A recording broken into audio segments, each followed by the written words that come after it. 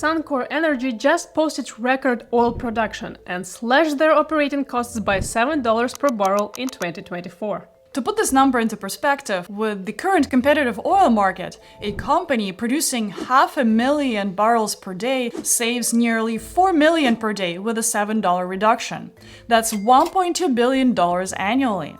This impressive efficiency gain was possible thanks to giant shovels, driverless trucks, and even dog-like robots. Yes, for real! They've been using Boston Dynamics spot robots, equipped with cameras, thermal sensors, and LiDAR to inspect equipment, pipelines, and facilities without human presence. These cute guys can conduct inspections in environments otherwise dangerous for humans, and therefore costly. This is great news for Suncor. They've recently posted highest profits in a decade.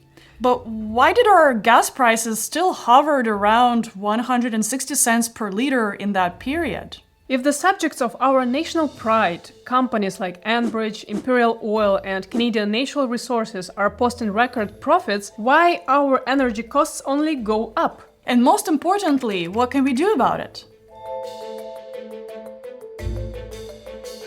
The real reason is that oil companies are choosing to keep the savings. Instead of passing lower input costs onto the public, they are using the margin to boost profits, maintain dividends, and reward shareholders. It has little to do with global oil prices and regional wars or taxes. It's about pricing power and lack of competition at home. The prices aren't going down because they don't have to. Canada is a car-dependent country, so people will always need gas and diesel to drive around. Higher oil prices also translated into higher jet fuel costs, so Canadian Airlines reported a 62% fuel price surge since 2019. And guess who these costs get passed down to? Canadian consumers. Higher oil costs resulted in higher pulp, packaging resin, energy, and freight costs. The Canadian tissue and paper players, think cashmere, sponge towels, Purex, all those had to roll out multiple price increases, resulting in around 10% increase for toilet paper and paper towels. But the oil story is just the beginning. Walk into any Loblaw store and you'll see the next chapter of this efficiency versus pricing playbook in action. While Suncor was cutting costs with robots, Loblaw was implementing its own optimization strategies like automated checkout systems, supply chain improvements, and AI demand forecasting to reduce waste and labor costs. Yes, the supply chains were disrupted for a while due to the pandemic, but that forced many corporations to achieve unprecedented efficiency gains that have sustained way past supply chain disruption period. Nevertheless, food prices in Canada surged by 21% between April 2021 and April 2024, squeezing household budgets across the whole country. Meanwhile, Loblaw's profits soared. The company posted over $2.1 billion in net income in 2023, up nearly 10% from the previous year, averaging more than $5.5 million in profit per day. Their new CEO, Per Bank, took home $22 million for just 2 months of work in 2023, including an $18 million sign-in bonus. And when Canadians questioned grocery prices, he bluntly responded that they could simply choose to shop somewhere else tomorrow. Easier said than done. 90% of Canadians are living within 10 kilometers of a Loblaw-affiliated store, and Canada's top 3 grocers are controlling nearly 60% of food sales. So where exactly are customers supposed to go? The automation efficiency gains at Loblaw's helped them cut costs and reduce waste, but none of these savings made it to the consumer. Instead, Loblaw's gross margins have increased year over year for 6 consecutive quarters and are at all-time highs. The ripple effect spread to their pharmacy arm too. Shoppers Drug Mart has become a masterclass in premium pricing within the same corporate family. A container of baby formula that costs nearly $70 at Walmart, but at Shoppers it'll cost you $77, nearly $7 more for the same exact product. Tums would be $10.48 at Walmart, but $15.99 at Shoppers. Let's take Voltaren, the muscle pain gel, $24.49 versus $16.48. Same company, same supply chain, dramatically different prices. And when customers started boycotting Loblaw's chain in May 2024, Shoppers finally announced price cuts on 400 items by 10 to 15%. But this only happened after sales dropped by 0.5% as inflation-wary shoppers pulled back from their premium-priced convenience items. Now, as a consumer, all of this is pretty rage-inducing, no doubt. But let's put a business owner head for a second. Why wouldn't you keep the prices high while you manage to optimize how you run your own business? Revenues and profits is essentially what the CEO performance is measured in. You don't raise profits, you get fired. This is business management 101. These guys are doing exactly what any business wants to do to survive. But Canada's built different. I'm built different. While France or India government directly intervene in food markets to keep their food baskets affordable, Canadian government just stands aside and watches. Even when price gouging concerns made headlines in Canada, the government response was to ask grocery CEOs to stabilize prices voluntarily. UK and France's food markets are a lot more competitive, putting a downward pressure on grocery prices, while Canada has 3 brands that control 75% of the market in many regions.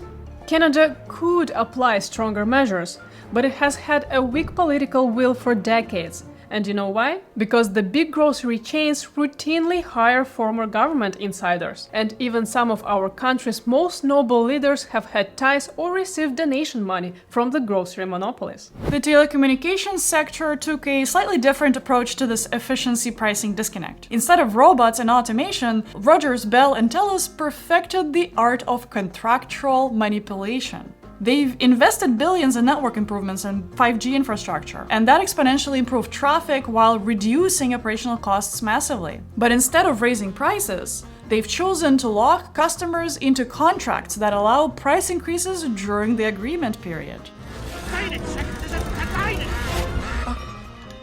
You signed? As a result, hundreds of customers report unexpected increases to monthly bills, even while under contract. I had this situation with my Fido mobile just a couple of months ago, when they quietly raised the price and their reasoning was, "We continuously invest in our network to bring you the best mobile experience in Canada. To help support these investments, we will be increasing the monthly fee for your mobile plan." Did you notice any improvement? Of course not. Moreover, every damn time I travel to the US and cross the border with airplane mode on, I am still charged roaming fees, and when I'm back to Canada, I need to spend time talking to Fido in order to cancel this fee. One Toronto resident made it to the news recently who signed a 3-year Bell contract, and then she found her first bill already $5 higher than the quoted price. And all of that happened before the service even began. And these guys get away with that just fine because they're oligopolies. The top 4 telecom providers account for 85% of total telecommunications revenues. When you have that kind of market concentration, efficiency gains don't need to translate to consumer savings, and you can do whatever you want.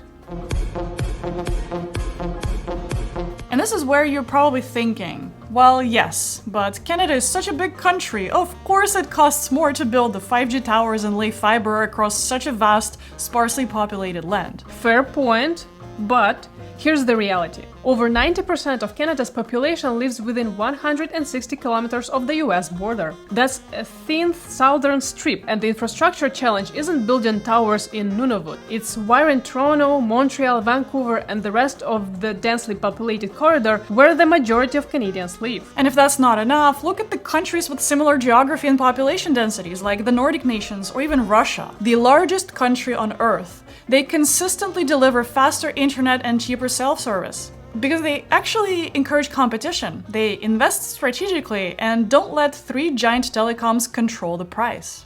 Bank of Canada reported $4.2 billion in quarterly profits by late 2024, up from $3.9 billion the year before.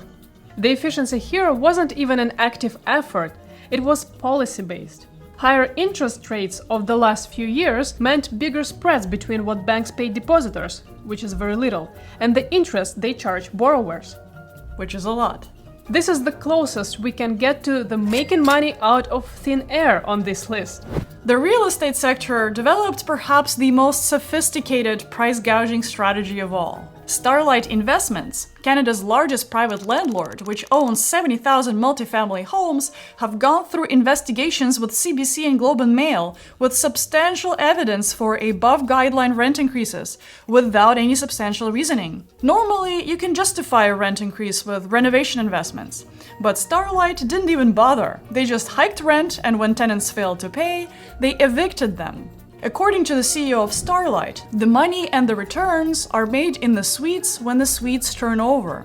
In other words, such big landlords actively are pursuing turnover, which is also known as tenant displacement, and they use it as a key strategy for financial profit-making in rental housing. Starlight Investments isn't the only one doing this. Timber Creek Asset Management, a Toronto-based company managing more than 21,000 multi-residential units, and Brookfield Properties have also been seen using this strategy of buy, renovate, and repurpose, and then significantly raise rents post-renovation. These questionable rent-hiking schemes alone contributed to nearly half of Canada's headline inflation, making it the single largest driver of rising living costs. Brookfield Properties doesn't just play part in rent increases, they also control premium commercial real estate in Calgary, Ottawa, and Toronto. So when they decide to double our local downtown coffee shops rent, nobody but us are absorbing that cost through higher prices for everything from lattes to lunch.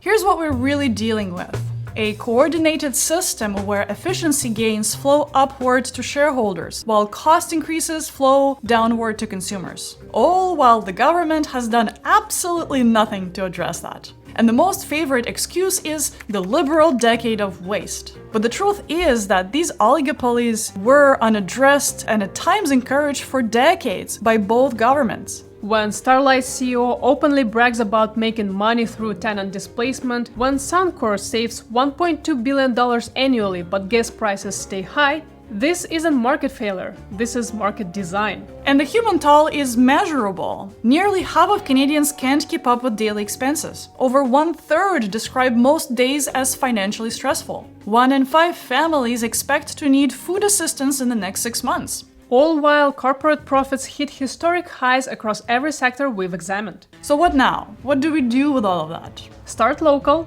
drive structural change. Rent control and above guideline increases are provincial responsibilities, but municipalities also matter. Support local candidates who commit to tenant protections, enforce housing standards, and oppose displacement. Follow up with them to see constant progress and improvements. Structural change starts on the ground, but it needs coordination across all levels of governments to clip the wings of predatory landlords like Starlight.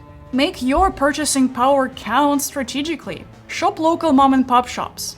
The May 2024 Loblaw boycott worked. Shoppers boosted promotions and reversed sticker reductions when their front store sales dropped. But don't just boycott randomly. Target the highest margin products that hurt companies the most. These are your prepared foods, beauty products, and premium store brands. Buy these elsewhere while purchasing necessities at the most convenient location. Demand transparency through your MP. Ask Parliament to strengthen financial disclosure rules, especially around profit margin in essential sectors like groceries. In France and the UK, regulators have compelled companies to publish more detailed pricing and profit information.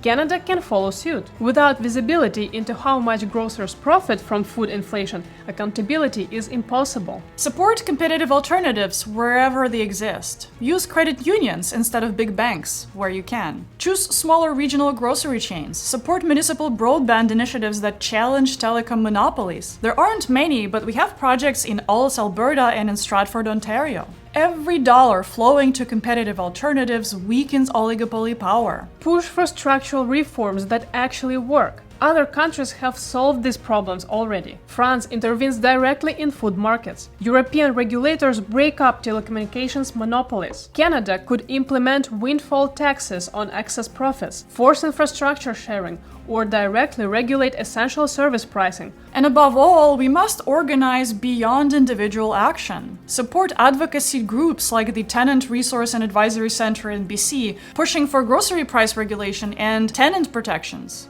When market power is concentrated in a few hands, individual choices can only go so far. But the collective political pressure can reshape the rules, and we've seen that with the Loblaw's boycotts. The companies we've examined today aren't necessarily evil. They're rational actors in a system that rewards this behavior. Suncor's robots, Loblaw's automation, and Bell's infrastructure investments are genuinely impressive technological achievements. And the problem isn't innovation, it's that all benefits flow to shareholders, while all costs flow to consumers. All while both liberal and conservative governments have done absolutely nothing for decades. The efficiency paradox that's killing Canadian affordability isn't inevitable, it's a choice. Every day, these companies choose to keep their savings rather than pass them on. Every single day, our government chooses minimal intervention over meaningful action. But every day, we can choose to fight back. The question is whether we will. Thank you so much for watching, guys. Please share your thoughts in the comments and sections below, share resources of how you think we can support and fight those monopolies and oligopolies, and if you would like to support this channel, you could become a member, or simply hit the like button below. And thank you to our current members for your continuous support. We really appreciate it. If the algorithm got it right, you will enjoy this video next, so we'll see you there. Take care.